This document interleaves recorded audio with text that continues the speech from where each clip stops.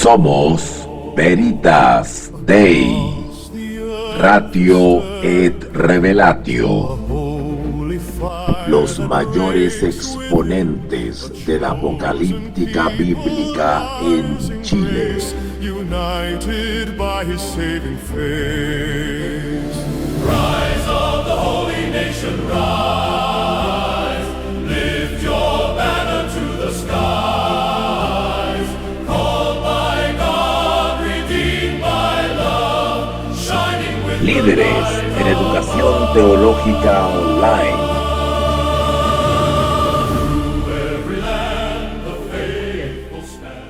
Muy bien. Bien, les decía entonces que el libro de Apocalipsis, y no solamente el libro de Apocalipsis, sino que toda la Sagrada Escritura, son el relato, ¿verdad? O es el testimonio de el quehacer del creyente, de los creyentes o del pueblo de Dios, entiéndase pueblo de Dios, comunidad de creyentes, ¿no es cierto?, en relación con la divinidad, con la deidad, ¿vale? Hay una relación íntima, personal, directa, providencial entre la divinidad y sus creyentes aquí en la tierra.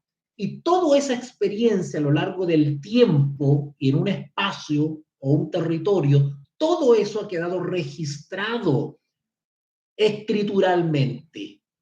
Y todo eso constituye un antecedente histórico, ¿vale? Histórico. Cuando ustedes leen en el Antiguo Testamento o en el Nuevo Testamento, ¿no es cierto?, ciertos lugares geográficos, ciudades, regiones, habitantes, que los elamitas, que los filisteos, que los israelitas, que los egipcios. Estamos hablando de culturas, estamos hablando de pueblos, y esa gente no está volando en el aire, esa gente está en un lugar geográfico, donde podemos identificarlas, por ejemplo, en un mapa. Y todos ellos han dejado registros arqueológicos, pictóricos, culturales, de todo tipo, escriturales incluso. Entonces, todo eso tiene que ver con un antecedente histórico. La Biblia en general tiene una naturaleza historicista. Es un libro, en términos generales estoy diciendo, ¿verdad? Porque hay libros específicos que se denominan libros históricos, yo sé eso, pero en términos generales, la Biblia es el testimonio de acontecimientos que suceden en un tiempo y en un espacio, incluso, sí, en un espacio geográfico. Entonces, cuando nosotros vamos a analizar la Biblia, y en este caso el Apocalipsis, pues tenemos que tener en cuenta justamente el factor histórico. Tenemos que hacer un análisis. A mis alumnos, cuando les hablo sobre hermenéutica, yo les explico que la hermenéutica es la disciplina teológica, ¿no es cierto?, en este caso teológica, que nos entregan ciertos principios, ciertos parámetros para interpretar la Sagrada Escritura. Son principios generales de interpretación, ¿vale? Pero la hermenéutica es una especie de paraguas, pero cuando yo quiero analizar específicamente un texto, pues le hago una bajada y voy a otro ámbito de la investigación y de la interpretación que se llama exégesis. Exégesis. ¿Ok? ¿Ok? Exégesis. Y la exégesis es la puesta en práctica de la hermenéutica. De la hermenéutica. Luego hago la bajada y llego a la exégesis, que se llama, que es el análisis ya más detallado, por decirlo así, entramos a picar fino el texto bíblico. Entonces, cuando entramos a picar fino al texto bíblico, yo tengo que tener en cuenta varios elementos para extraer del texto toda la información que este me puede entregar. Por ejemplo, tengo que investigar las circunstancias del escritor bíblico, el autor bíblico, en este caso Apocalipsis, Juan, ¿verdad? Tengo que investigar cuáles eran las circunstancias en que Juan recibió el Apocalipsis, ¿verdad? Entonces, esos datos son antecedentes, ¿no es cierto?, para tener en cuenta a la hora de leer el texto. Voy a entender por qué lo escribió, cómo lo escribió, ¿no es cierto? ¿Vale? También tengo que tener en cuenta, por ejemplo, el contexto histórico en el cual se desarrolló o se reveló el libro Apocalipsis, cuáles eran las condiciones políticas, sociales, culturales a la hora de recibir la revelación o el Apocalipsis, ¿verdad? La palabra Apocalipsis significa revelación, descorrer un velo, ¿vale? descorrer un velo, poder ver más claramente. Hay otra expresión en el Apocalipsis que se llama, se habla de sellar y desellar. Sellar y desellar, ¿verdad? Desellar dice relación con permitir que se entienda, que ahora se pueda tener acceso, ¿verdad? Muchas profecías que están en el libro de Daniel ha sido prometido por Dios que se van a desellar en el tiempo del fin. Y el Apocalipsis es un libro eminentemente destinado para la generación que vivirá en el tiempo del fin. ¿Vale? Ok, Teresita, mucho gusto. Bienvenida, bienvenida, Teresita. Tienes que suscribirte al canal, ¿ok? Para que estés atenta a las transmisiones que vamos a hacer más adelante. ¿Ok? Bien. Entonces, pues, cuando analizamos el texto o hacemos este análisis exegético que se llama, ¿verdad? Pues tenemos que tener en cuenta esos factores. Segundo, tenemos que tener en cuenta también el contexto, ¿verdad? Del texto. ¿Qué quiere decir eso? Que lo peor que podríamos hacer para analizar un texto, ¿verdad? Y que lamentablemente es la costumbre general, se lo digo con más de casi 27 años de profesorado, hay una mala costumbre en la iglesia, los hermanos toman un versículo y ahí se dan vuelta, ¿verdad?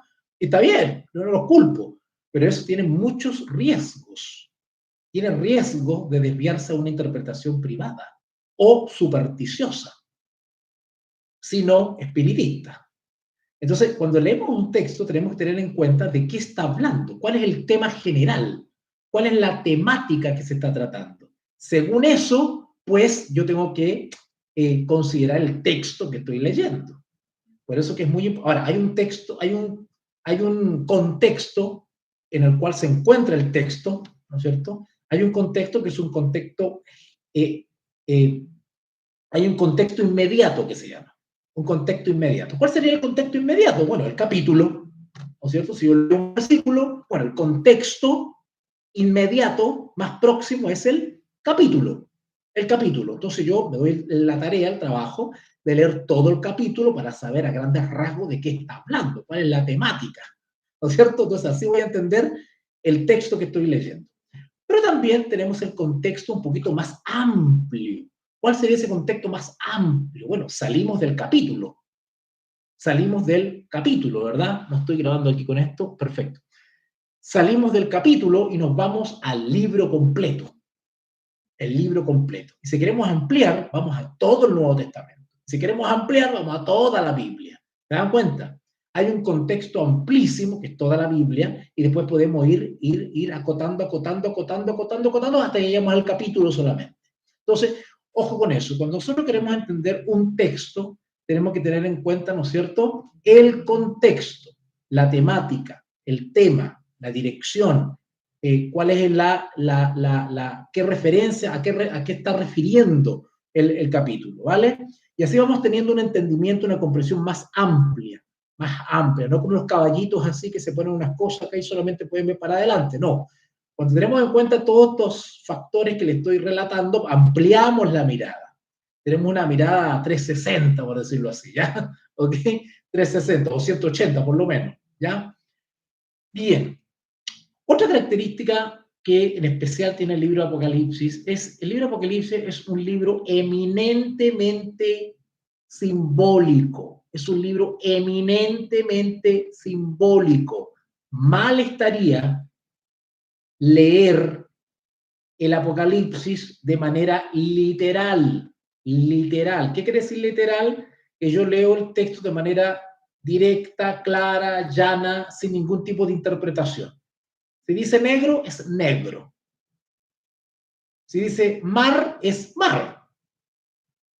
Mar, literal, ¿verdad? No. Cuando leemos literatura apocalíptica, que en específico estamos hablando de Daniel y Apocalipsis, son libros eminentemente simbólicos. Por lo tanto, ¿qué quiere decir eso? Que cuando yo leo el Apocalipsis debo decodificar, debo de interpretar, debo de convertir el símbolo. Cuando dice mar, no es literal. Mar significa algo, ¿no es cierto? Mar significa algo. Cuando leo bestia, La bestia no es que está hablando de un monstruo, de verdad, así un Godzilla, ¿verdad? Una especie de King Kong. No. Cuando hablamos de bestia en Apocalipsis o en Daniel, es un símbolo. La bestia es un símbolo de algo. Eso quiere decir que es simbólico, eminentemente simbólico.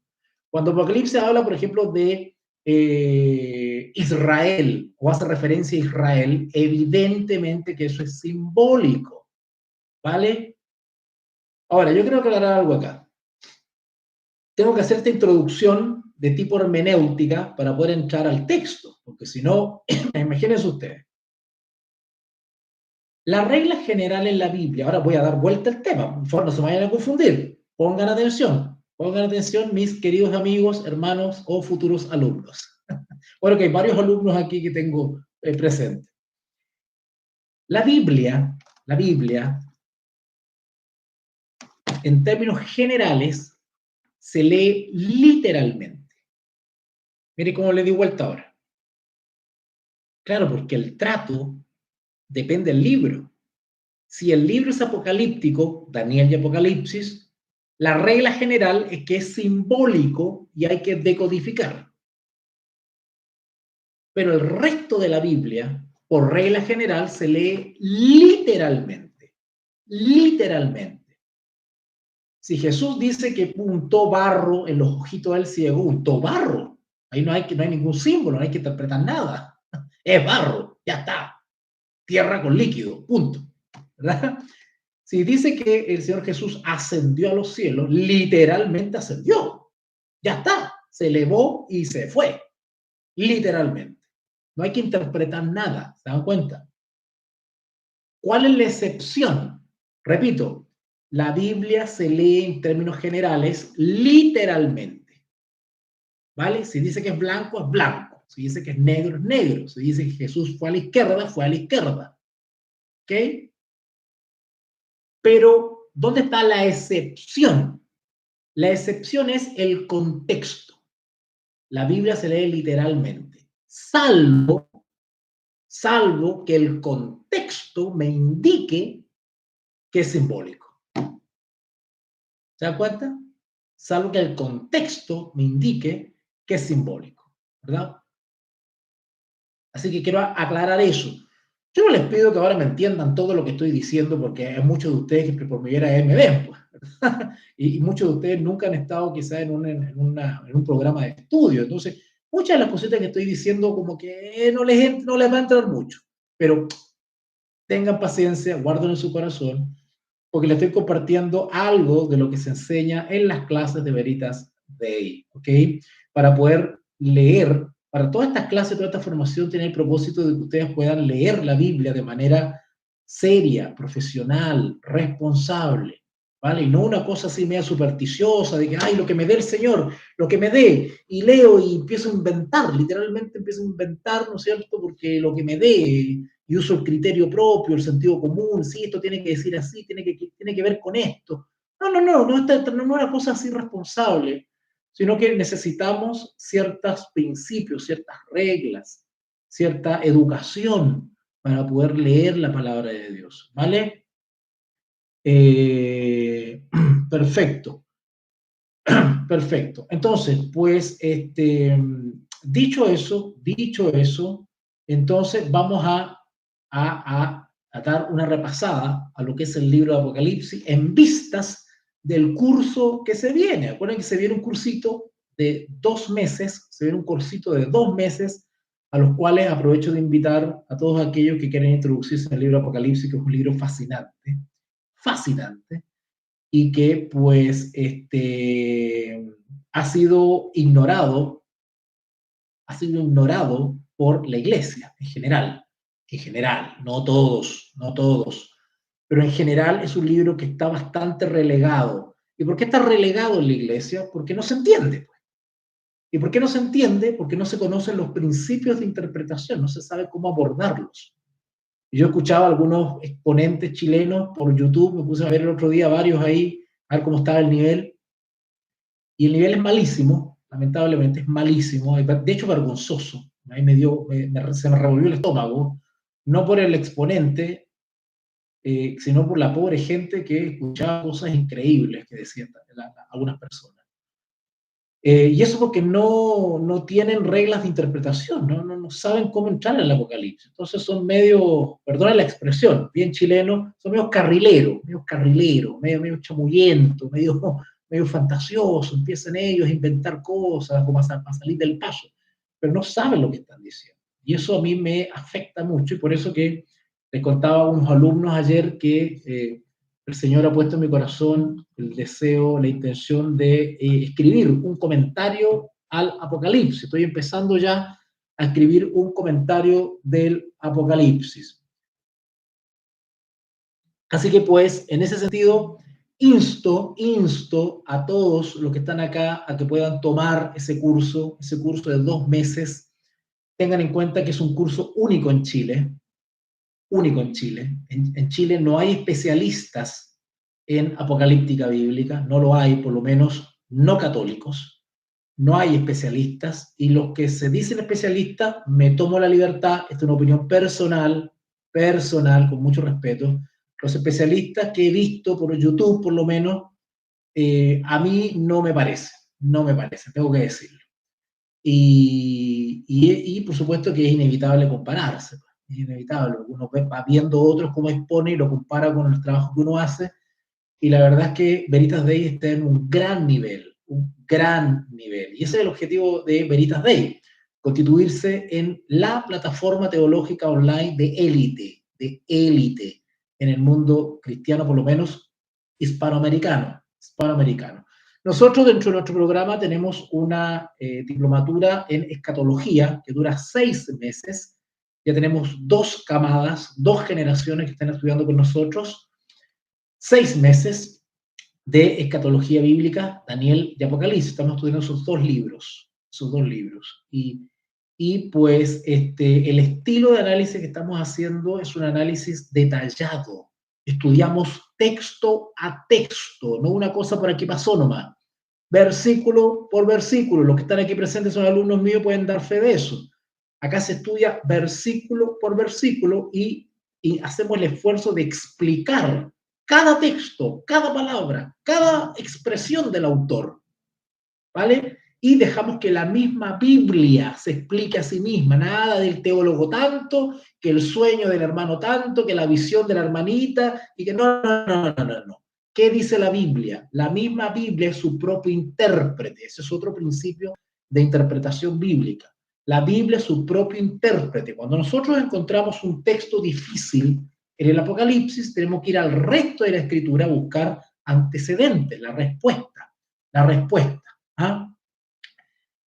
Amparo, por ahí está Amparito, qué lindo, Amparo, de Colombia. Un abracito para Amparo de Colombia, está allá en Neiva. Tuve la oportunidad de estar en esa ciudad, Neiva. Bueno, no paseé mucho por la ciudad, pero lo que vi estaba bien bonito.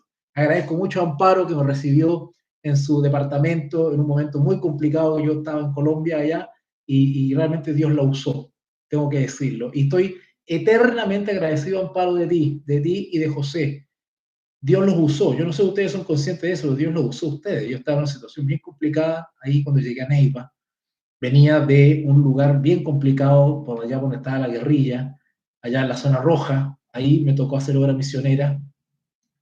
Y yo venía en una situación muy complicada, sin bañarme, ni siquiera había ido al baño por muchas horas. Tremendo, ¿no? Llegué muy mal a la ciudad de Neiva y Amparo, sin conocerme, me abrió las puertas de su departamento y me ayudó y me atendió y me dio un plato de comida. Y yo se lo agradezco mucho, mi querido Amparo. Bueno, son las cosas que pasan cuando uno hace obra misionera, ¿verdad? Trabaja en el terreno, en el campo de batalla, ¿verdad? Y trabaja con lo opuesto, pues. Nada de estar recibiendo millones de otros lados. Con lo opuesto, con lo que hay nomás, con lo que el Señor envíe. Ese es el gozo de trabajar por el Señor. Bien. Entonces, ¿qué le estaba diciendo? Una característica de Apocalipsis es esa. Cuando encontramos un texto medio complicadito o una expresión un poco así enigmática, no tenemos que alarmarnos. ¿Por qué? Porque el mismo libro de Apocalipsis se llama Revelación. Por lo tanto, no es esencialmente un libro oscuro. No es un libro oscuro, al contrario, el Señor Jesús quiere que comprendamos Apocalipsis. Por algo el libro se llama Revelación, si no se llamaría misterio, ¿verdad? Se llamaría oscuro. No, revelación, revelación. Ahora, ¿el libro de Apocalipsis es la revelación de quién o de qué? Bueno, el mismo libro de Apocalipsis nos responde. Lo vamos a ver ahora. El libro de Apocalipsis es la revelación de Jesucristo. Es Jesús el protagonista y el actor principal del libro de Apocalipsis. ¿Y qué quiere revelar Apocalipsis? Bueno, las cosas que deben suceder pronto. ¿Por qué?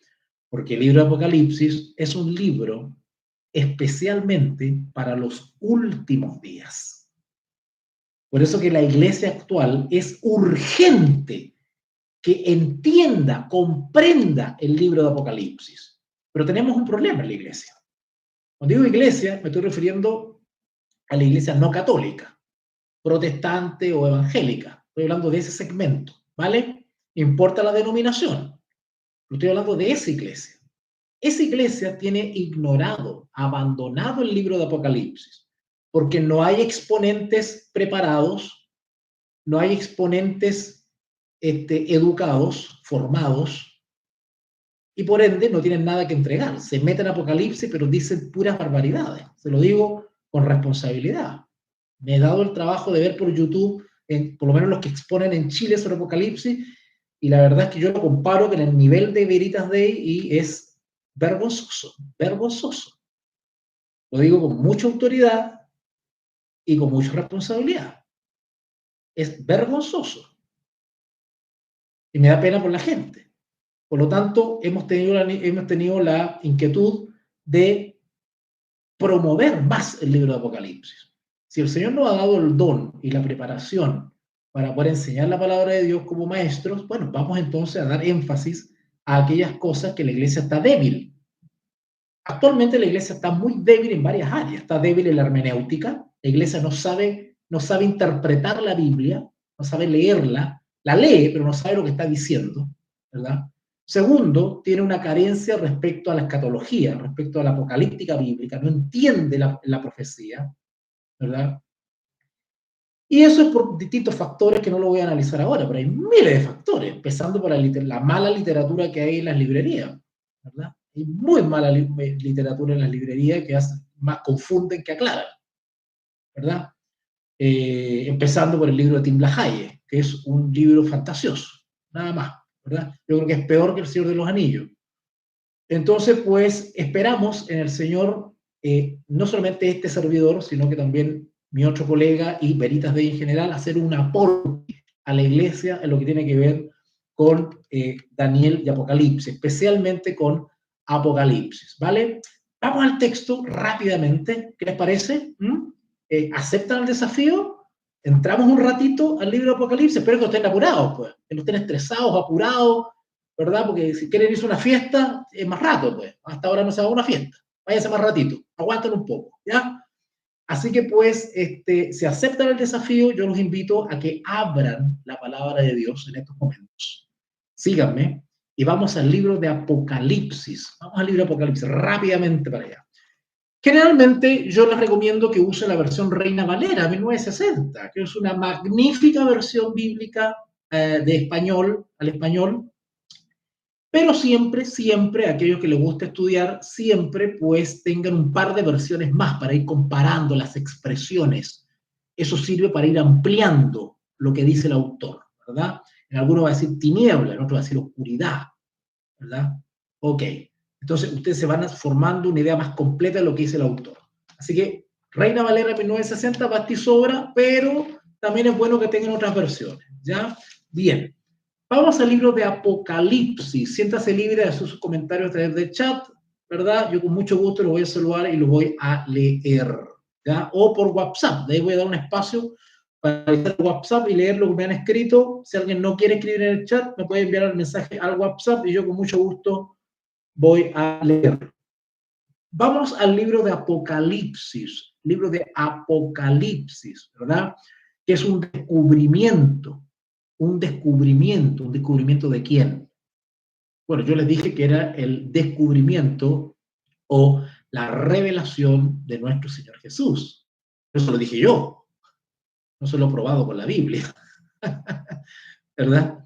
La idea que se tiene, la idea equivocada que se tiene del Apocalipsis es de que, claro, y eso es por los medios de comunicación, por las películas, ¿verdad? Incluso películas cristianas horrendas que me ha tocado ver donde hay una distorsión sobre lo que es el Apocalipsis, que hacen más mal que bien. Yo creo que provocan un daño psicológico en los pobres hermanos, esas películas que hay, ¿verdad?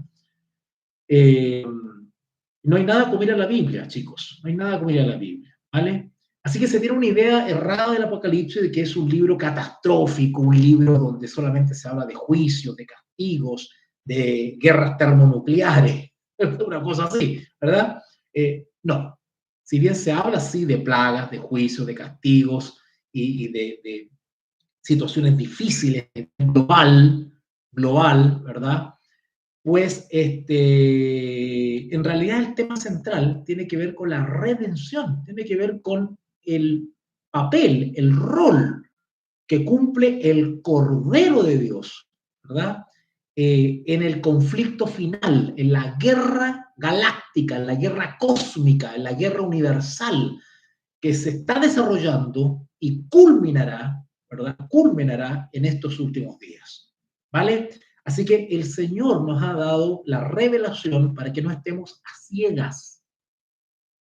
Cuando la iglesia no comprende las profecías, cuando la iglesia no entiende el libro de Apocalipsis, está en tinieblas, está en confusión, está en ignorancia.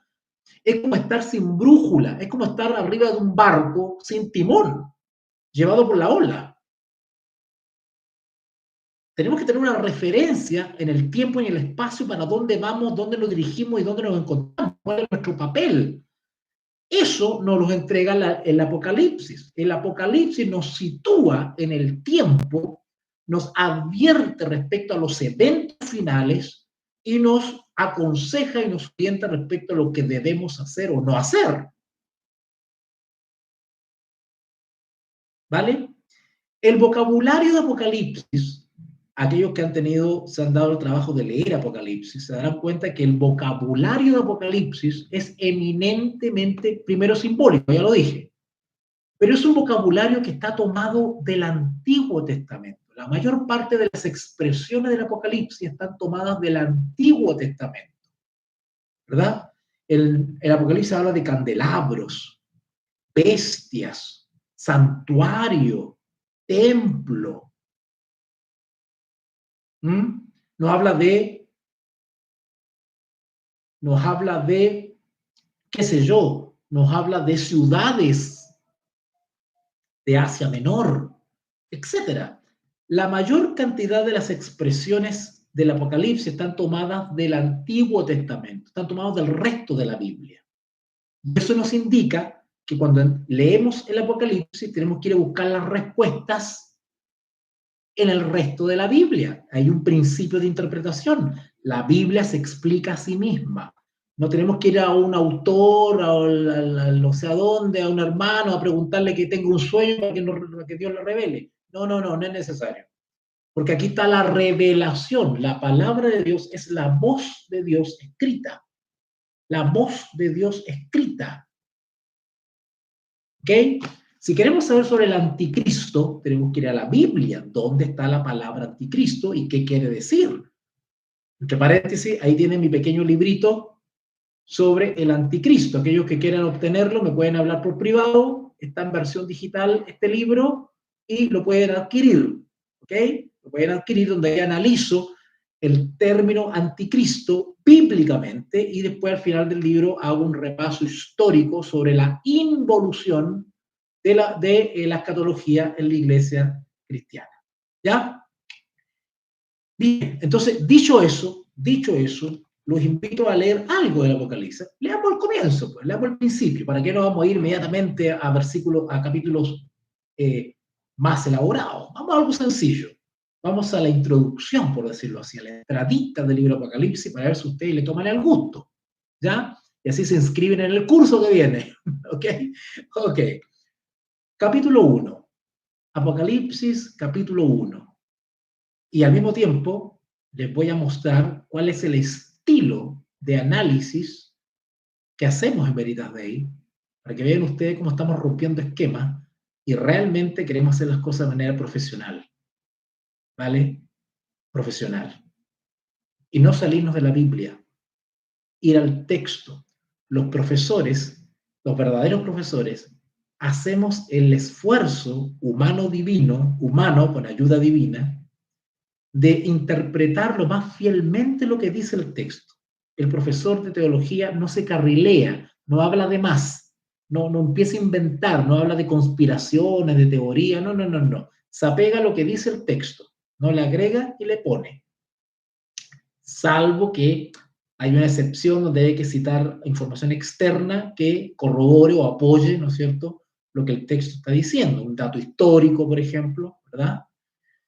Pero el profesor tiene el deber de exprimir el texto, dejar que la Biblia hable, Y eso es lo que voy a hacer ahora. Así que para que tengan en cuenta el ejercicio que vamos a hacer, al mismo tiempo es un ejercicio, para que se den cuenta ustedes, ¿vale? Apocalipsis capítulo 1 se titula ahí, Reina Valera 1960, la revelación de Jesucristo. ¿Vale? Versículo 1. La revelación de Jesucristo. Apocalipsis revela, es la revelación no del anticristo, no de una bestia, no de las bombas atómicas, no del diablo. Apocalipsis es la revelación de nuestro Salvador, del Señor Jesús. Así que no hay que tenerle miedo al Apocalipsis. ¿Es complicadito el Apocalipsis? Sí, tiene cierto nivel de complejidad, pero con un buen profesor y la disposición del corazón para comprender, ¿verdad?, la actitud adecuada para estudiar, se puede entender, porque ya de por sí el libro se llama Revelación, ¿verdad? Así que no hay nada que temer. Además, que el protagonista de Apocalipsis es nuestro Salvador, nuestro Señor Jesús. Así que el mismo texto nos está diciendo de quién es la revelación de quién. ¿Quién se revela en Apocalipsis? Jesús Cristo. Jesús el Cristo, el Mesías, el ungido. La revelación de Jesucristo que Dios le dio. Noten la procedencia. Esto no es una revelación privada que se le ocurrió a Juan. Esto es algo que viene, por decirlo así, por inspiración del mismo Dios, del mismo Padre, del Creador de los cielos y de la tierra. Él es el autor intelectual, por decirlo así, del Apocalipsis. Y en comunión, en cooperación con su Hijo, pues nos entrega la información para estos últimos días. La revelación de Jesucristo que Dios le dio. ¿Se dan cuenta cuál es la fuente de la revelación? El origen. El origen es el mismo Dios, el mismo trono de Dios. Es el origen del contenido de este libro. La revelación de Jesucristo que Dios le dio a su Hijo. ¿Para qué? ¿Cuál es el propósito de este libro? Para manifestar. Esta palabra, manifestar. Manifestar quiere decir hacer patente, hacer notorio. Ya basta de mantener sellada o ocultada o reservada la información. Vamos a darla a conocer. Vamos a ponerla sobre el tapete. Vamos a poner sobre el almud. ¿Ah? La luz no es para esconderla, sino que para ponerla arriba y alumbra todo, ¿verdad? Para manifestar a sus siervos. El Apocalipsis es un libro que está especialmente destinado para manifestar, que lo mismo también puede decir de comunicar a sus siervos. ¿Quiénes son siervos en la Biblia? No cualquiera son siervos. La Biblia habla de siervos. Pero si ustedes van a Mateo 24, no vamos a ir para allá porque si no me voy a extender y vamos a hacer una vigilia aquí, pues. Imagínense ustedes. Pero la Biblia, si tú vas a Mateo 24, La Biblia habla de siervos fieles y siervos infieles. ¿Se acuerdan de esa parte? Bienaventurado el varón cuando llegue su Señor lo encuentra haciendo así. En cambio hay otros que empiezan a golpear a los consiervos, ¿verdad? La Biblia, no todos los que dicen Señor, Señor son siervos. Bíblicamente, los siervos, desde el punto de vista bíblico, los siervos tienen características, los siervos de Dios, porque también hay siervos que dicen que son de Dios, pero son del enemigo, ¿verdad? Hay que hablar las cosas como son. No todo el que profesa ser discípulo de Cristo es de Cristo. Hay que decirlo. ¿Qué es un siervo? Bueno, no es mi tema hoy día eso, pero voy a adelantarme un poquitito para ir avanzando.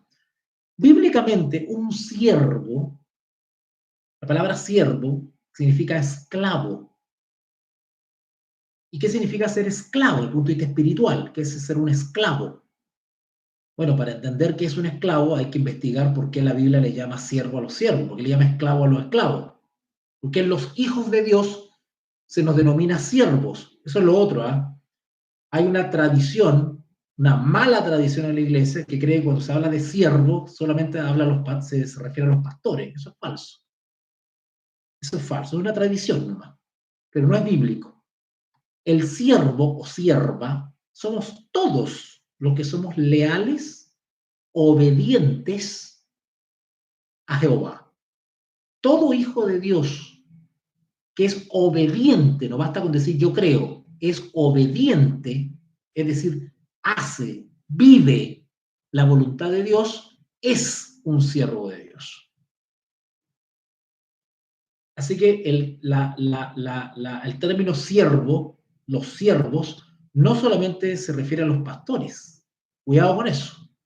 Siervos somos todos los que creemos y obedecemos la palabra de Dios. Digo creemos y obedecemos porque hay una gran diferencia. Porque el siervo malo o el siervo infiel o el falso siervo es aquel que dice que cree, pero no obedece, no vive, no pone en práctica, es inconsecuente. Ese siervo nominal nomás, de nombre, pero no es genuinamente un siervo. El siervo en la Biblia es el que profesa fe en nuestro Señor Jesús, pero vive conforme a los principios del Evangelio. Es consecuente. Quiero aclarar eso, porque el Apocalipsis ha sido dado para manifestar a sus siervos. Hay otros que no son sus siervos. ¿Ok? Aclaro eso. Aclaro eso. Y para manifestar a sus siervos las cosas que deben suceder pronto. Cuando dice cosas que deben suceder, está hablando de acontecimientos. Y dice suceder pronto. El pronto es un poco difícil de determinar. ¿Cuándo es pronto? ¿10 años? ¿2 décadas? ¿3 décadas? ¿Un par de siglos? ¿Qué es pronto? Bueno, cuando estudiemos algún día ustedes y yo el mensaje a las 7 iglesias, vamos a entender que hay un mensaje, que es el último, el mensaje a la Odisea, que está ahí en el capítulo 3 de Apocalipsis, que es un mensaje que se destina a la última generación, a la iglesia que vivirá en los últimos días. Ahora, ¿cuáles son los últimos días? Eso hay que determinarlo, ¿verdad?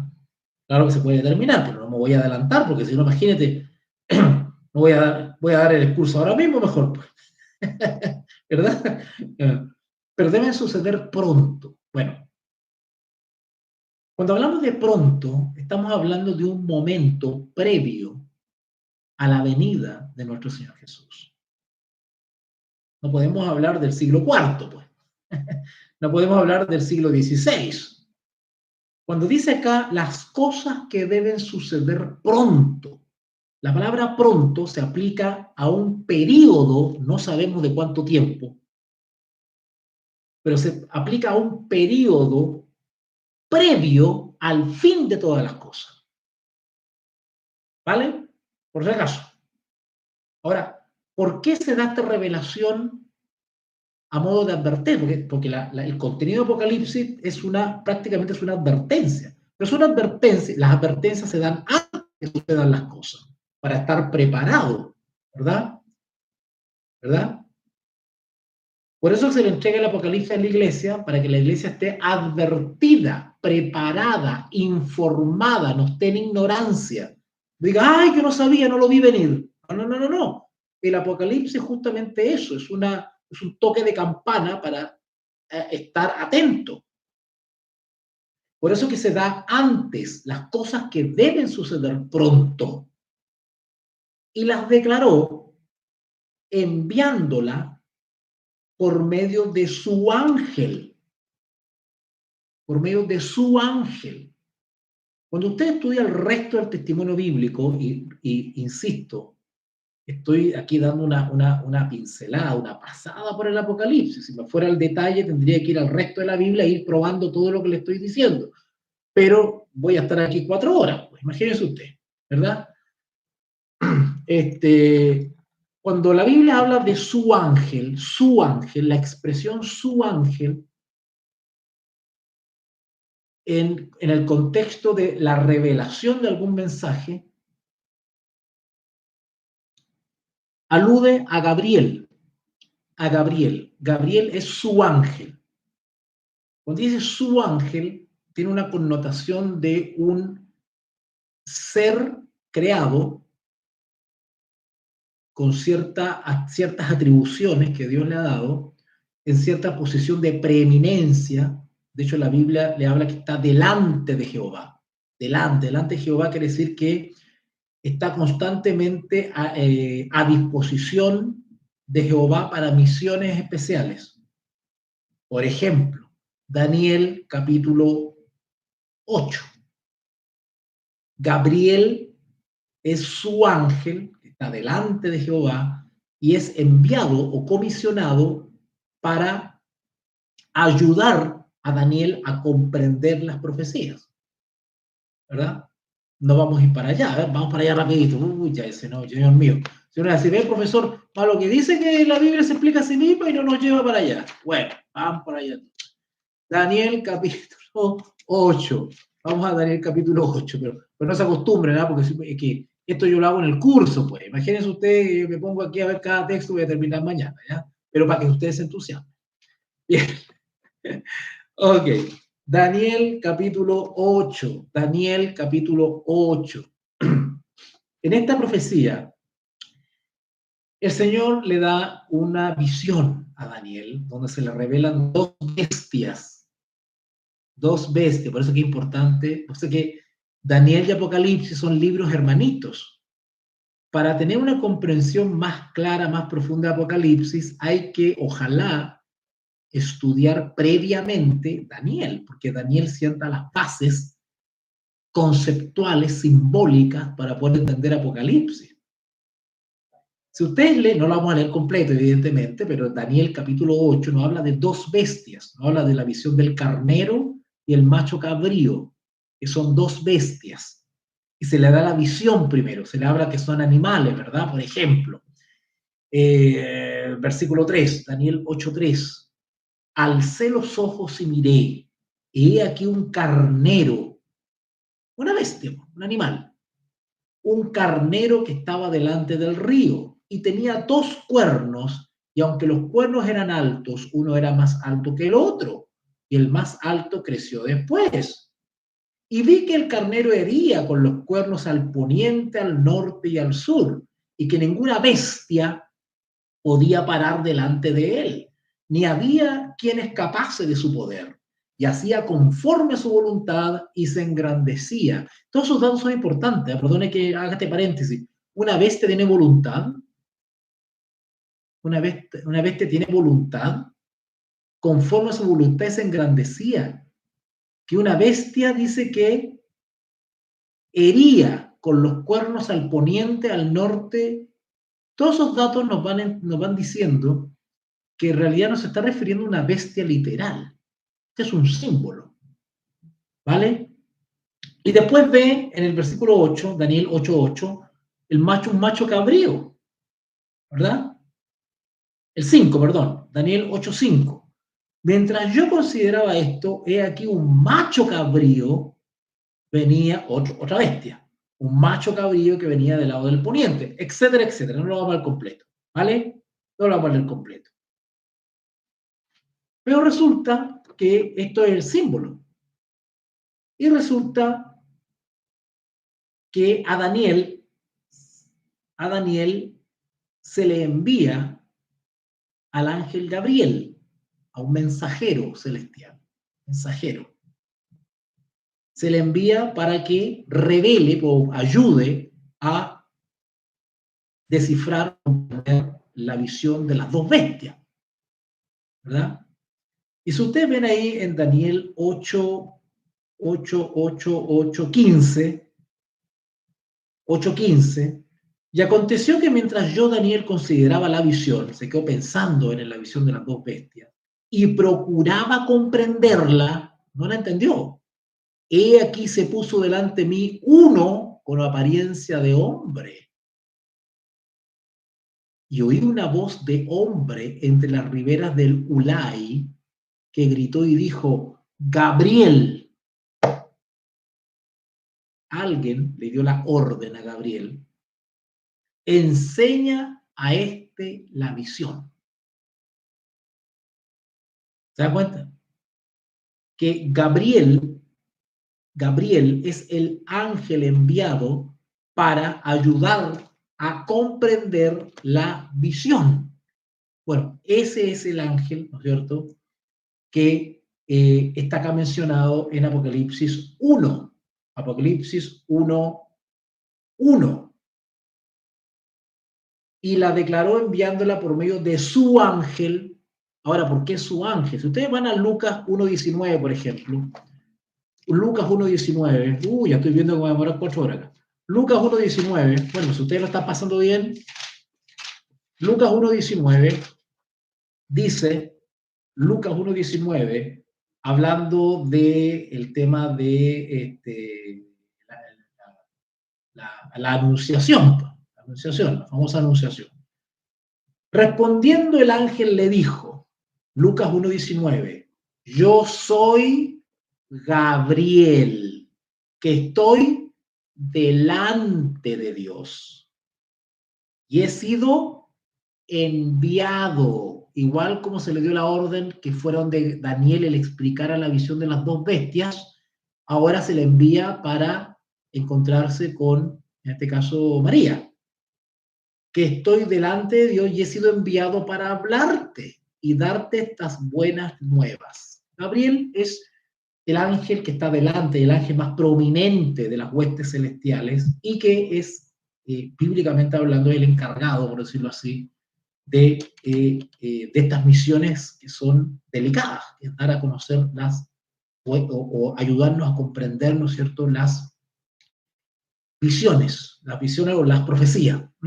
Así que Apocalipsis 1:1, entonces, por medio de su ángel, cuando dice su ángel, no dice Gabriel, pero por la expresión vamos a investigar el resto de la Biblia y entendemos que es ese ángel, que es el encargado de cumplir ese ministerio, ¿vale? A su siervo, noten, ¿cómo le dice a Juan?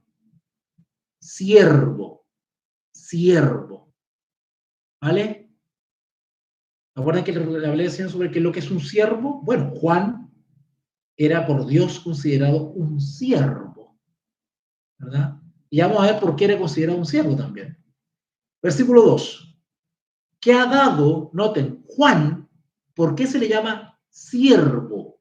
Siervo. Acá dice, versículo 2, que ha dado testimonio de la palabra de Dios. Juan es considerado siervo porque ha dado testimonio de la palabra de Dios. ¿Qué es dar testimonio de la palabra de Dios? Bueno, dar testimonio no es solamente pararse en un púlpito y mojar el micrófono con saliva. Eso no es solamente dar un testimonio. Testimonio no es solamente contar mi experiencia con el Señor. Tampoco eso es un testimonio necesariamente.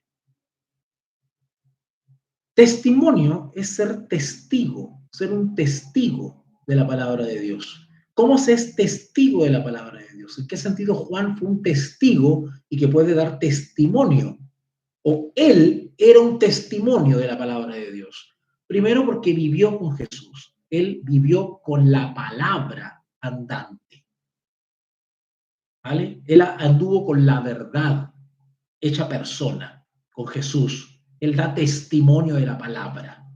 Segundo, él escuchó directamente la palabra de los labios del que es la verdad. ¿Vale? Tercero, ellos oyeron la palabra y la guardaron. Cuando la verdad hecha persona, el Señor Jesús, asciende a los cielos, ellos atesoraron la palabra, pero no de pura teoría, sino que ellos vivían la palabra. Así como Jesús vivía la palabra, ellos aprendieron del gran ejemplo y por lo tanto ellos también vivían la palabra.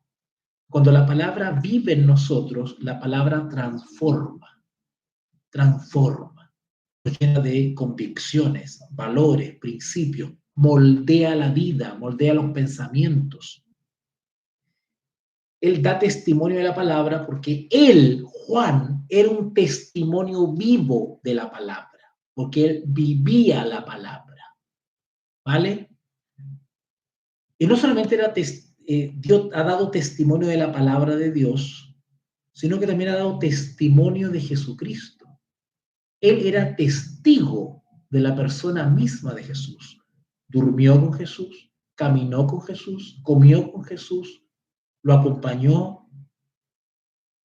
¿Qué más que él era un testigo ocular, presencial del Señor Jesús? Ha dado testimonio de Jesucristo. ¿De qué manera más, además, ha dado testimonio de Jesucristo?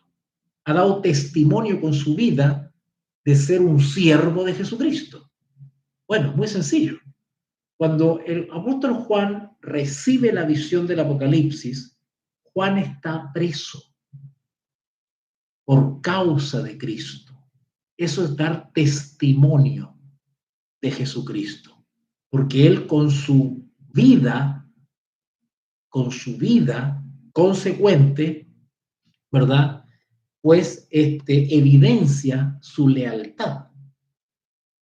Cuando Juan recibe las visiones de Apocalipsis, está preso en una isla rocosa llamada Patmos, que era una isla cárcel, en condiciones muy difíciles. La tradición dice que los que iban presos para allá se dedicaban a picar piedra. Imagínense ustedes. Así que en ese sentido también Juan ha dado testimonio de Jesucristo. Y añade más, y de todas las cosas que ha visto, o que vio, en realidad. Hay alguna persona que dice que vio. O sea, Juan fue testigo en primera persona de los milagros de Jesús, de la vida de Jesús, del testimonio de Jesús, de los sufrimientos de Jesús, de la crucifixión de Jesús. ¿Vale? Y luego, el libro de Apocalipsis, en el versículo 3, Apocalipsis 1:3, hay una bendición. Por eso hay que animarse. Hay una bendición a aquellos que se adentran en el libro de Apocalipsis. Bienaventurado, dice el versículo 3. La palabra bienaventurado es felices, dichosos, gozosos. El que lee y los que oyen las palabras de esta profecía. Pero no basta con leer y oír, porque yo puedo leer, oír y me sale por el otro oído.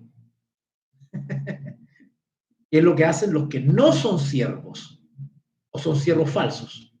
El siervo falso lee la palabra, oye la palabra, pero se le sale por acá. No vive la palabra, no da testimonio de lo que la gracia de Cristo ha hecho en su vida. No hay una transformación del ser. No hay una victoria sobre las debilidades.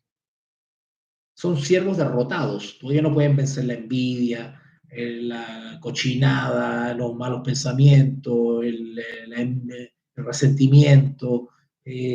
cuando son probados en algunas situaciones extremas, se les sale el viejo hombre y hacen tonteras en la calle, después salen en la tele. Todo ese tipo de exposiciones que denigran o que desacreditan el Evangelio es una expresión del viejo hombre que está vivo. ¿Vale? No se refleja la vida de Cristo en la de uno. O sea, no reflejamos al Maestro. No se refleja en nosotros la imagen de Dios. Todavía está vivo el yo, no ha muerto todavía. ¿Vale? Así que la profecía no solamente nos dice acá el versículo 3 que el que lee, bienaventurado el que lee, y los que oyen, esta palabra oyen la vamos a ver bien seguido en la Biblia. Esto de oyen, el que tiene oído, oiga. El que tiene oído, oiga. Todos los mensajes de las 7 iglesias, al final, te puede leer cada mensaje de las 7 iglesias, al final siempre dice, el que tiene oído, oiga. Esta expresión, el que tiene oído, oiga, dice relación con que el que tiene oído, guarde, retenga, asimile, haga lo suyo, no que oiga y salga por el otro oído. Entonces dice, el que tiene oído, oiga. Obviamente el oído es para escuchar, pero ¿por qué recalca el texto oiga? Es decir, retengamos, escuchemos bien, escuchemos con inteligencia, con comprensión, con inteligencia.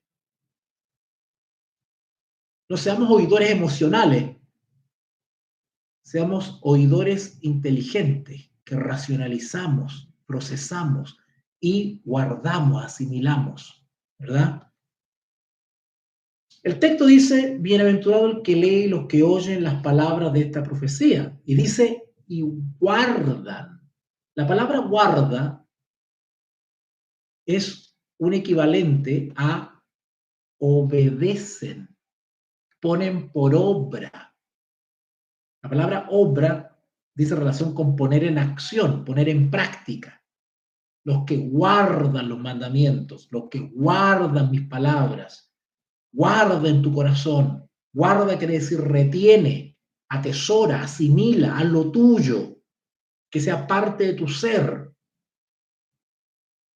que la palabra no rebote.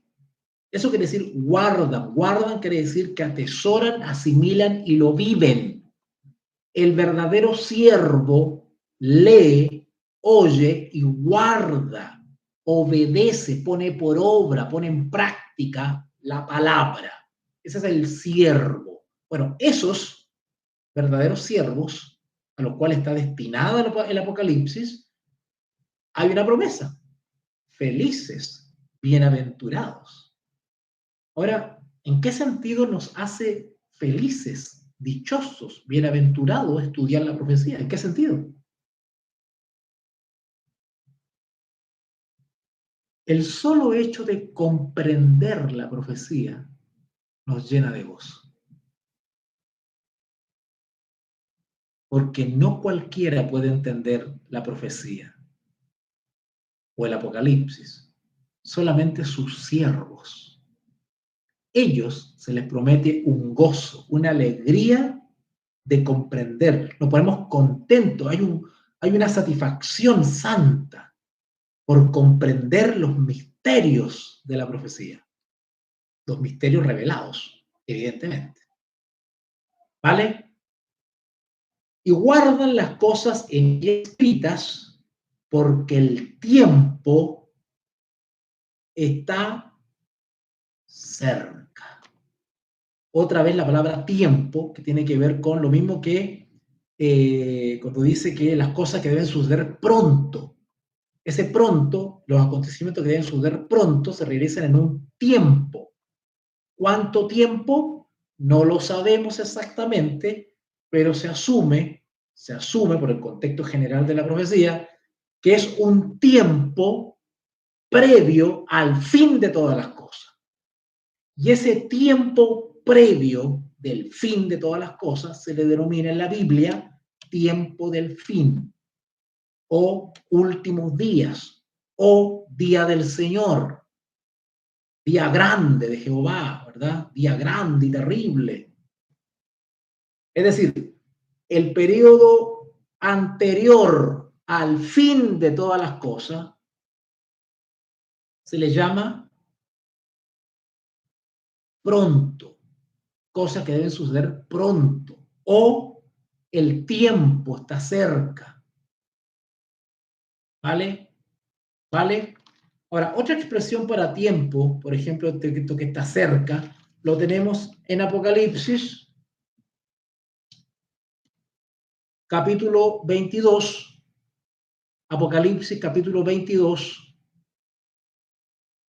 versículo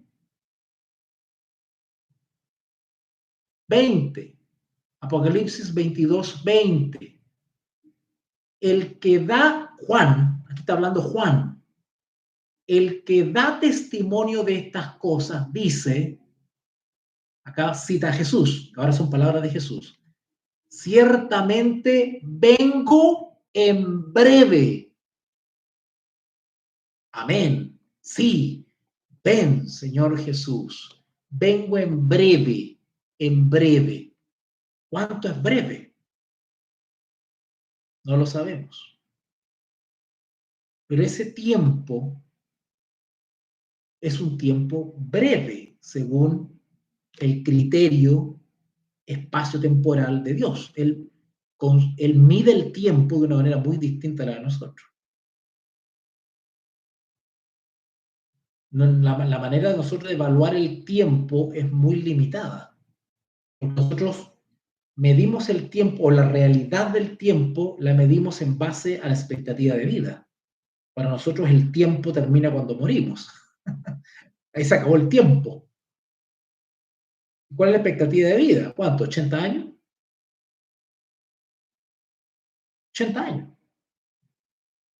Porque somos mortales. Pero Jehová es eterno. El tiempo no pasa sobre él. Por lo tanto, cuando dice vengo en breve,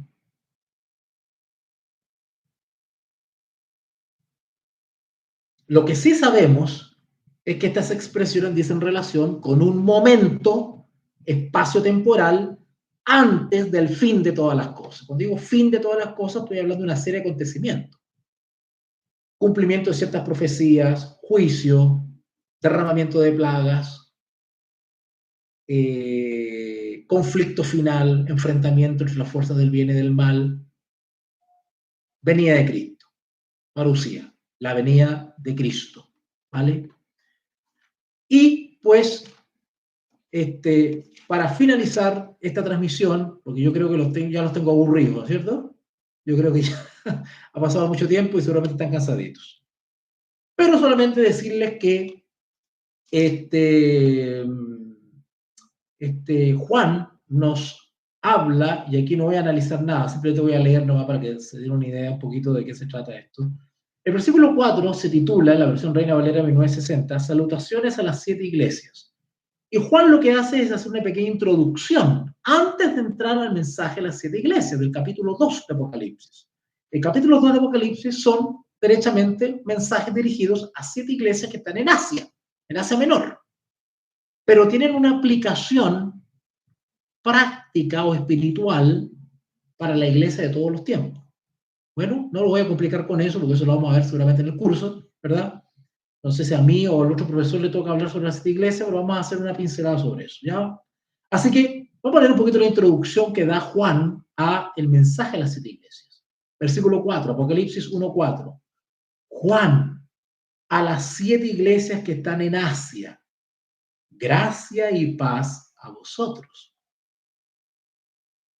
Pero, ¿en nombre de quién les desea gracia y paz a la iglesia? Del que es, el que era y el que ha de venir. Noten, hace 3 alusiones: espacio-temporal, espacio divino-temporal, a Jehová. Más específicamente el Señor Jesús, el que es. Esta expresión del que es lo mismo que decir el yo soy. el que es. Es decir, es por la eternidad, sin fin. No tiene comienzo ni final. Es el alfa y el omega, el primero y el último. No hay un momento que se pueda datar como el inicio de la existencia de Dios, en este caso de Jesús. Jesús es eterno, es yo soy, igual que el Padre, es simplemente el que es, el que era. Por eso le digo que más específicamente está describiendo aquí a Jesús. ¿Por qué? Porque el que era. Porque Jesús es desde la eternidad. Pero era en el sentido que él se despojó de su divinidad y se hizo hombre para habitar entre nosotros y concretar el rescate. Él no dependió de su eterna deidad para ejercer su ministerio terrenal. Se despojó voluntariamente y vivió como uno de nosotros, del que es, el que era con el Padre, desciende, se humilla, pero resulta que también el testimonio bíblico nos habla que él ascendió, venció la muerte, resucitó de entre los muertos y volvió a estar en la gloria con el Padre, de donde él pertenece. Y desde ahí,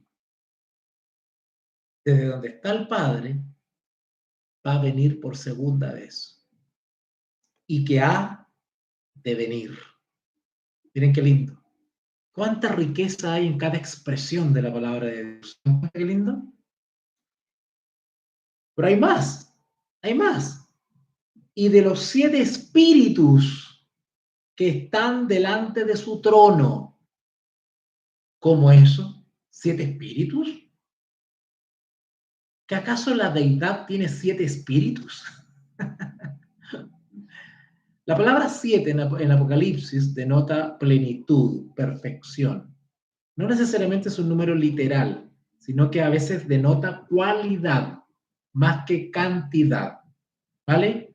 Así que el 7 está demostrando no cantidad, no que hayan 7 espíritus literalmente.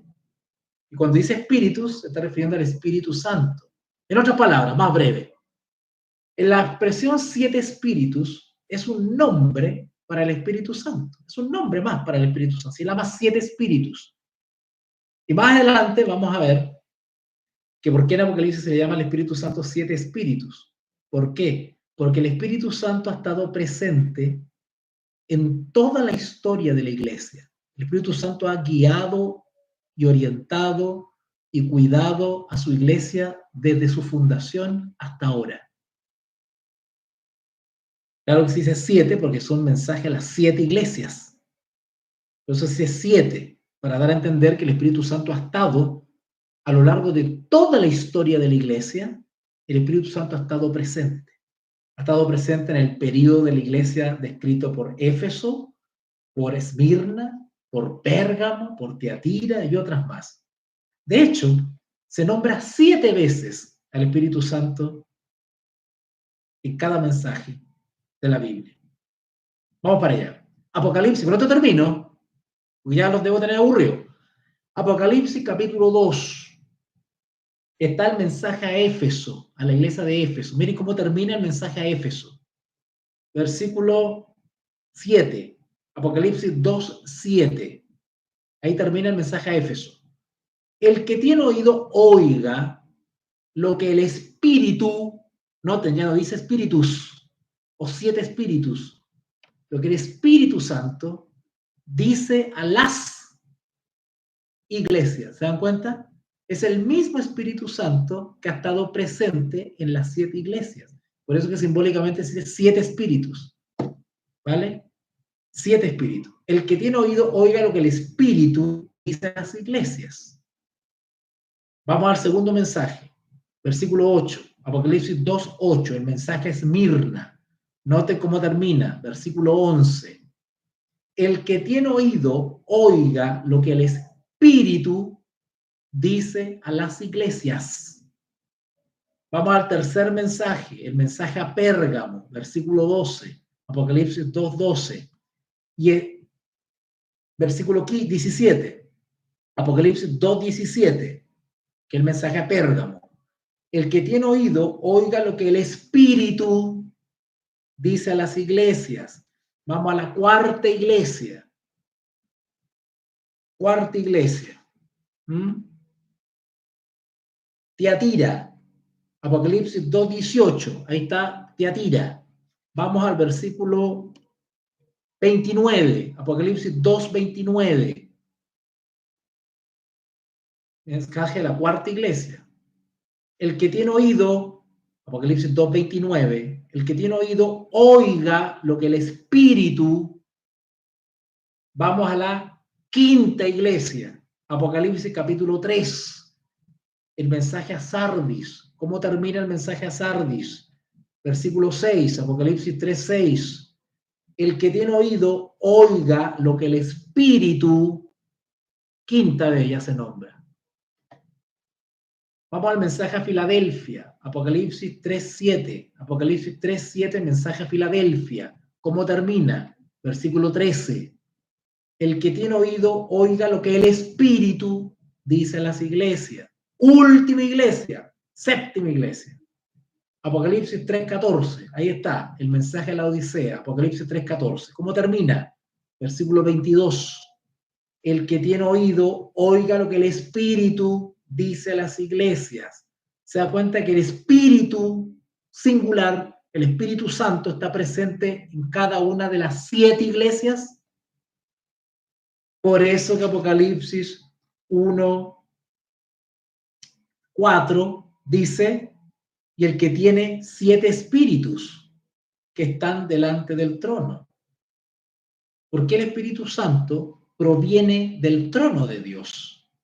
No viene de las tinieblas, del abismo, de Satanás, de un demonio, porque eso no es el espíritu del anticristo, no es un espíritu de error, no es el espíritu de apostasía, es el Espíritu Santo. Y el Espíritu Santo proviene de Dios.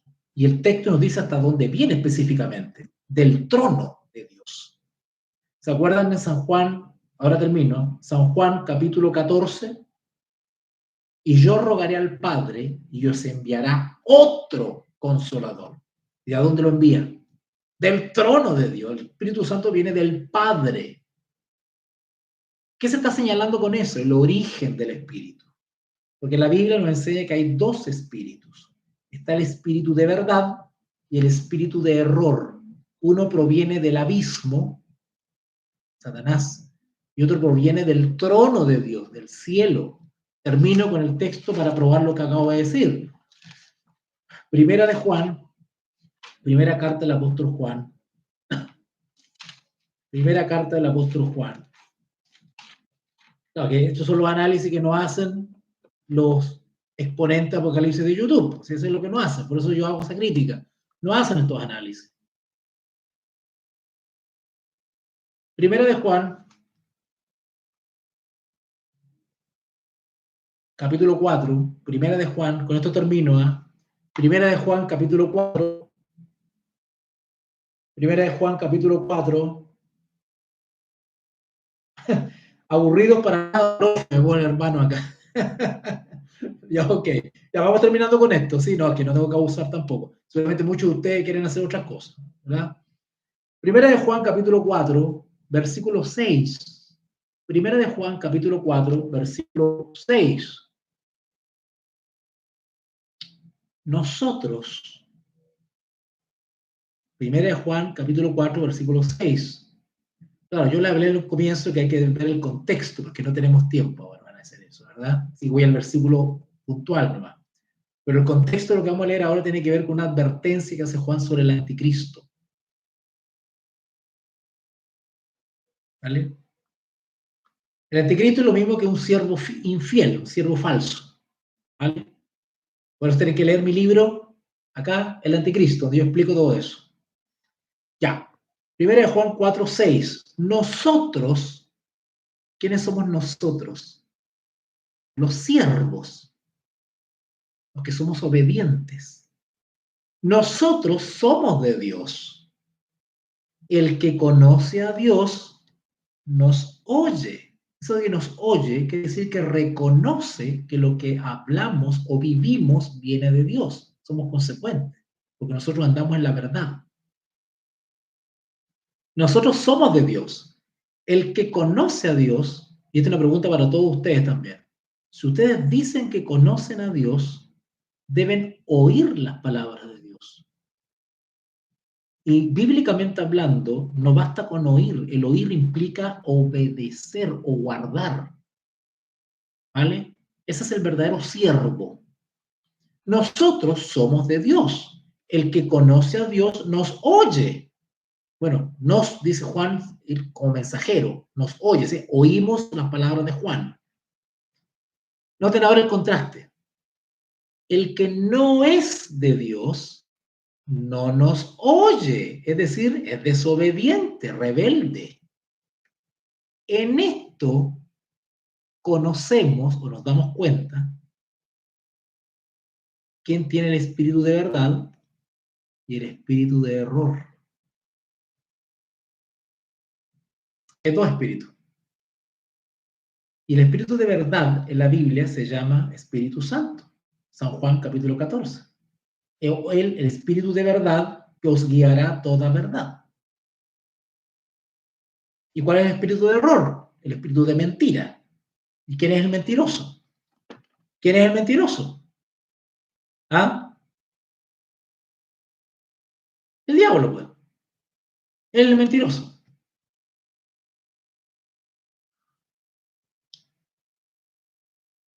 ¿Vale? Bien.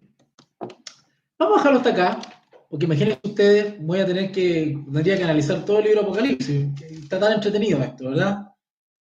Pero terminamos con ese versículo. Miren, y solamente vimos 4 versículos. El padre de mentiras. Sí, muy bien. El padre de mentiras. ¿Mm? ¿Saben ustedes? Yo voy a decir algo acá. Nosotros tenemos que conocer a Jesús, su persona, su testimonio, su vida, su ejemplo. Pero desde el punto de vista profético, del punto de vista escatológico, del punto de vista apocalíptico, también es necesario conocer al diablo. Y la iglesia no conoce al diablo. Con suerte conoce a Jesús. Perdona que sea tan crítico. Se lo digo por experiencia. Con 27 años de trabajo en terreno. La iglesia con suerte conoce la persona del Señor Jesús, pero no conoce al diablo. Y al diablo hay que conocerlo bien. ¿Por qué hay que conocerlo bien? Porque tenemos que saber cómo engaña y hasta dónde es capaz de llegar con el engaño. Ahora, ¿esto se me ocurrió a mí? No. El Señor Jesús advierte. Si usted lee Mateo 24, las señales del tiempo del fin, el sermón profético, Mateo 24, Marcos 13, Lucas 21, que es el sermón profético, ustedes se van a dar cuenta que de todas las señales o advertencias que da el Señor Jesús, la que más se repite, la que más él pone énfasis, es en el engaño. Fíjense ustedes, le hago el desafío. La advertencia que más hinca el diente el Señor Jesús es el engaño. Tenemos que saber cómo engaña el diablo. No sea que, perdone la expresión, no sea que nos meta el dedo en la boca y no sepamos. No sea que nos pasen gato por liebre y no nos demos cuenta. Porque no conocemos cómo trabaja el diablo, cómo engaña, qué instrumentos usa. Es más,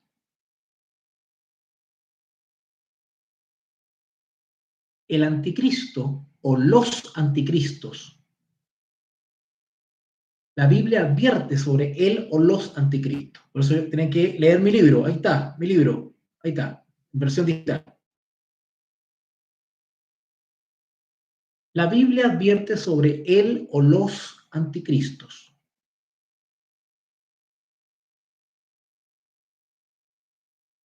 ¿Y dónde nosotros debemos esperar que aparezca él o los anticristos? Según la Biblia, él o los anticristos vienen de la iglesia. Por eso que yo hago esa crítica contra los opositores de Apocalipsis de YouTube, que andan más perdidos que Poroto en Paila Marina. Andan más perdidos que mormón en culto evangélico.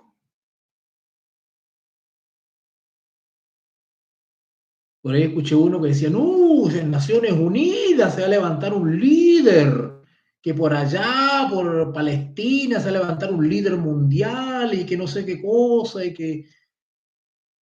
Eso es fantasía. La Biblia advierte que él o los anticristos vienen de la iglesia, no vienen de afuera, no son políticos, no fue Nerón, no fue Hitler, Obama. He escuchado cada disparate sin fundamento bíblico.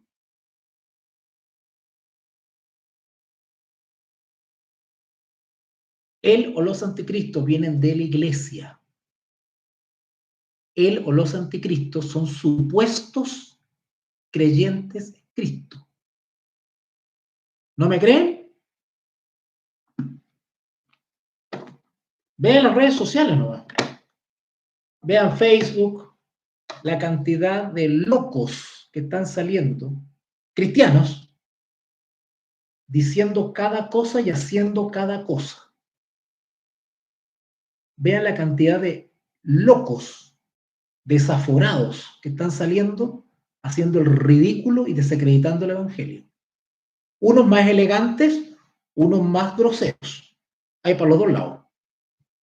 Unos que parecen serios y unos que son grotescos. Él o los anticristos no necesariamente se refieren a un ente global. Puede haber un anticristo en tu congregación o en la iglesia de la vuelta de mi casa. ¿Por qué sucede eso? Porque no se estudia, no se entiende la palabra de Dios. Se habla de la palabra de Dios, pero no se entiende. Hay un filósofo, creo que fue Hegel, no me acuerdo ya, bueno, está lo mismo, pero la frase dice, el cristiano dice la verdad. El problema es que no entiende lo que dice. Dice la verdad, pero no entiende lo que dice. Y esa es una realidad. Los actuales predicadores, no digo que todos, estoy generalizando, la generalidad, mi opinión personal, haciendo uso de mi libertad de cátedra, ¿vale? En mi opinión personal, por lo menos acá en Chile, los predicadores o evangelistas o todos estos que mojan el micrófono con saliva o gritonean en la calle con amplificadores, hablan de la palabra, pero no saben lo que están diciendo. No tienen idea. Usted les dice, explíqueme, ¿qué quiere decir esto? Tome. No saben. No saben. Y eso demuestra que el enemigo de Dios ha hecho un trabajo. De hecho, la labor de evangelista está distorsionada. Si usted estudia en la Biblia qué es ser un evangelista, no tiene nada que ver con lo que usted ve en las redes sociales hoy día. Lo que usted ve en las redes sociales, evangelista, usted ha visto los afiches de redes sociales, los hermanitos con mucho cariño hacen sus campañas, ¿no es cierto? Usted ve los afiches por Facebook, campaña de avivamiento, campaña de fuego, campaña de milagros, qué sé yo, media vigilia, invitado especial, el evangelista, hermanito tanto. ¿Usted ha visto eso? Bueno, todo eso que se muestra como el evangelista no tiene nada que ver con el evangelista bíblico o misionero. Se ha desvirtuado eso. Y podría seguir. Entonces, ¿qué nos está demostrando eso? Que hay un problema en la iglesia. ¿Y cuál es el problema? No hay educación, no hay formación. Entonces, cada cual hace cualquier disparate. No hay criterio, no hay un descriterio para hacer las cosas. Por eso vemos lo que vemos en las noticias. Porque no hay formación. Y más encima, y ahora sí termino con esto, el diablo le ha metido a la iglesia, y acá apunto directamente a los pastores, si hay algún pastor aquí presente escuchando, se lo digo con mucho cariño. Yo no soy pastor, yo soy profesor. Los profesores estamos para apoyar a los pastores y viceversa. Usted no es más que yo, ni yo más que usted. Usted cumple un ministerio, yo cumplo otro. Porque la autoridad en la iglesia es horizontal, no es vertical como el catolicismo. Por si acaso. Esa es otra cosa que está distorsionado también, la autoridad. El pastor está como arriba, así como una cosa jerárquica. Eso no es bíblico. Bueno, el diablo ha metido en la iglesia que estudiar es malo. Que estudiar teología es malo. Y usa textos, el diablo usa textos para apoyar eso. ¿Han escuchado ustedes eso de la letra mata? Eso está tan arraigado en la mente de los hermanos, sobre todo el segmento que se denomina pentecostal, sobre todo el área pentecostal. Entienden ellos en su falta de formación, por no decir otra cosa, entienden que la expresión la letra mata de Pablo, ¿verdad? Que quiere decir que estudiar mucho apaga el Espíritu Santo en la vida. Eso entienden. Y Pablo no está diciendo eso. Pero interpretan ese texto así. Y el diablo ha usado eso. Entonces la gente le tiene aversión a estudiar. Porque cree que va a apagar el Espíritu Santo en la vida. Y por eso tenemos, bueno, primero una mala enseñanza y también debido a líderes que son envidiosos y no quieren que los hermanos estudien. Claro. Porque resulta que la hermana Juanita o el hermano Pedrito va a tener una comprensión mejor y más profesional, más clara de la escritura que el mismo líder. Orgullo, envidia, egoísmo. La iglesia está en crisis. Cuando empezamos a escudriñar bien y a poner los trapos, a poner los trapos en el sol, nos damos cuenta de que la iglesia no es tan como se cree. Hay problemas graves. Y por eso el diablo le pasa gatos por liebre, por ignorante. Así que yo los insto de todo corazón y con mucho cariño. No crean ustedes, a mí me cuesta expresarme así porque hay que decir las cosas como son. Es una realidad, ¿verdad? Hay que formarse, hay que educarse. A mí me ha pasado que me llaman hermanas, por ejemplo, me dicen, están interesadas, quieren aprender de la palabra de Dios, pero no lo hacen porque le piden permiso al pastor. Si hay pastores aquí presentes, ese es un abuso de autoridad lo que ustedes están haciendo. Eso no se hace. Voy a preguntar al pastor si puedo estudiar y el pastor le dice que no. Ustedes, los pastores, son los primeros que deberían tomar estos cursos. Los primeros. Se los digo con mucho cariño. con mucho cariño. He recorrido el mundo entero, gracias a Dios. Y me he codiado con cientos de pastores. Ustedes son los primeros que deberían meterse en estos cursos para alimentar a su iglesia. Acuérdense lo que el Señor Jesús le ordenó. Apacienta mis corderos. Apacienta mis corderos. No se pongan envidiosos cuando un hermanito entra a estudiar. Al contrario, anímenlo. Y entren ustedes también. Inviertan los dineros en formación. Inviten a un profesor, llévenlo a su congregación todos los martes, hacerle clase a toda la iglesia. Todos tenemos que comprender el Apocalipsis, desde doña Juanita, que se sienta ahí al último en la banca, hasta el dirigente, hasta el que toca la batería. Todos tienen que entender la Biblia. Esto no es un monopolio que el líder no entiende la Biblia, porque eso se da para abusos. Acuérdense lo que pasó en la Edad Media. La iglesia hegemónica, la iglesia papista, la iglesia romana, abusaba de la gente porque la gente era ignorante. Ellos, claro, ellos tenían el patrimonio, el conocimiento, manipulaban a la gente, le metían miedo con el infierno, con los juicios, con las llamas del infierno, con no sé qué cosa. Le metían miedo a la gente, pero la gente ignorante. ¿Qué pasó?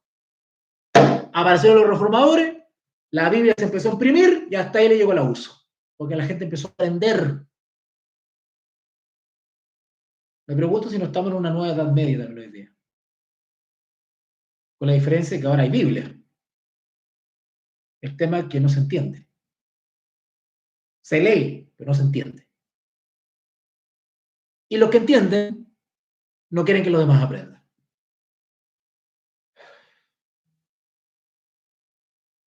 ¿Vale? Bueno, disculpen mi franqueza, pero también soy apasionado de esto. ¿Y por qué soy apasionado? Porque he visto muchas cosas de mi pueblo, de mi iglesia, lo he visto. Y he visto cosas. Y ustedes también saben que lo que digo es verdad. Ustedes saben que lo que yo digo es verdad. ¿Cuántas cosas se están viendo? Imagínense lo que se supo ahora último de la iglesia evangélica pentecostal, cuando pillaron a un obispo que violó a 3 niñitas y lo tapan más encima. O la iglesia luterana, una facción de la iglesia luterana acá en Chile, casando homosexuales, participando de marchas gay.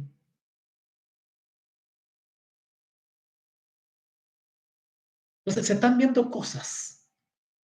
O el bochorno que hacen algunos en la plaza de armas o en la calle, dando mal testimonio, pastores que hablan como presos que están en el óvalo, una cosa ordinaria, picante.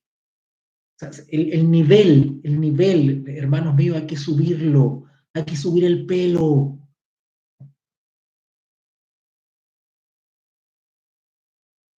Hay que refinarse, hay que educarse. ¿Vale? Ya, los dejo hasta acá entonces, no los aburro más, los estoy aburriendo mucho. Chicos, entonces quedan cordialmente invitados primero a comprar mi libro, que está acá, El Anticristo. Le va a encantar, se lo aseguro, porque es muy instructivo. Explico el tema del anticristo, igual como explica recién Apocalipsis, así, texto por texto, voy explicando. ¿Vale? Dejo clarito todo, bíblicamente, qué es el anticristo. Rápido, para que nadie lo venga a engañar aquí, que va a venir un anticristo no sé de dónde, de por allá. No. Que los Illuminati, que los masones. No. El anticristo viene de la iglesia. ¿Ya? Vale. Lo insto a comprar mi libro, ahí está. Y segundo, anímense a participar del curso de 2 meses, el curso de 2 meses que se viene sobre Apocalipsis. Ojo, no vamos a tocar todo el Apocalipsis, imposible en 2 meses, ¿verdad? Pero por lo menos a grandes rasgos vamos a tocar algunas temáticas, vamos a tocar el mensaje a las iglesias, las trompetas, qué sé yo, no sé, vamos a ver otros temas más interesantes a grandes rasgos, más que nada es una introducción, pero les va a encantar, yo sé que les va a gustar mucho. Y ojo, yo le digo siempre a mis alumnos lo siguiente, cuando ustedes se inscriben en un programa de estudios, tienen que sacarse tienen que sacarse el disfraz de su congregación, tienen que sacarse, dejarlo allá. Acá vienen ustedes a aprender, a rescatar lo que el profesor dice, y si no están de acuerdo lo rechazan. Ya está. Tienen que tomar lo que a ustedes les sirve y desechar lo que ustedes consideran que no les sirve. ¿Vale?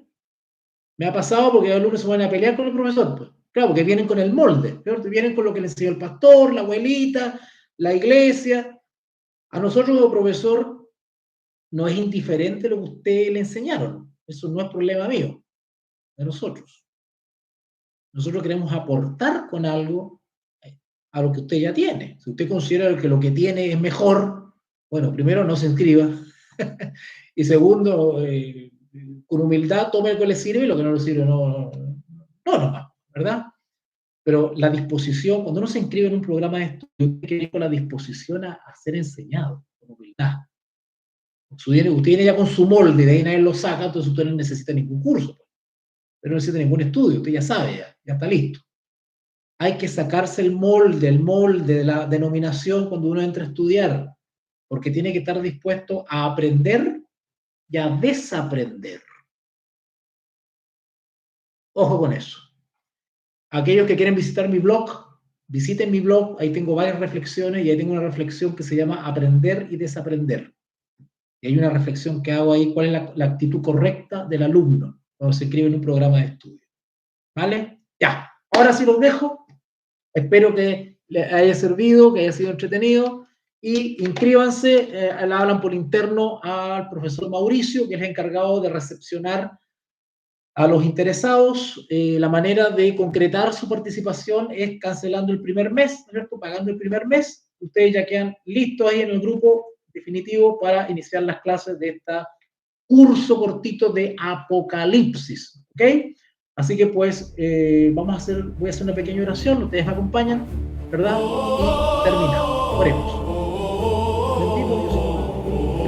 Los mayores exponentes de la apocalíptica bíblica en Chile. A holy fire that breaks within a chosen people. Líderes en educación teológica online. By his saving face. Rise of the holy nation, rise. Lift your banner to the sky. Somos Veritas Dei, Ratio et Revelatio.